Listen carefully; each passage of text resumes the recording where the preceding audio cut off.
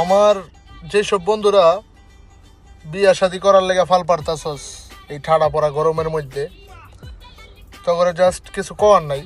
Just দুইটা কথা কই। প্রথম কথা, সরকার আর বউ এই দুইটা কিন্তু এক জিনিস, এটা মাথায় রাখিস, ঠিক আছে? এই দুইটার মধ্যে একটা সুন্দর মিল যেমন আছে, তেমনি খুব বড় একটা তফাৎ আছে। মিলটা হয়েছে কি, সরকার আর বউ দুইটাই আমরা নিজেরা সিলেক্ট করি নিজেদের ইচ্ছায়, নিজেকে সুখ শান্তির কথা চিন্তা করা, ঠিক আছে? কিন্তু এই দুইটা জিনিসই একবার সিলেক্ট হয়ে যাওয়ার পর জীবনটা তছনছ করে দেয়।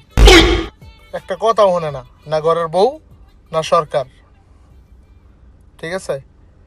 তার মধ্যে সবচেয়ে ডেঞ্জারাস বিষয় যে এটা অমিল, 5 বছর পর পর সরকার চেঞ্জ করা যায়, কিন্তু বিয়ের পরে বউ ছেড়ে যায় না একটু নরা, বিয়ে করা মানে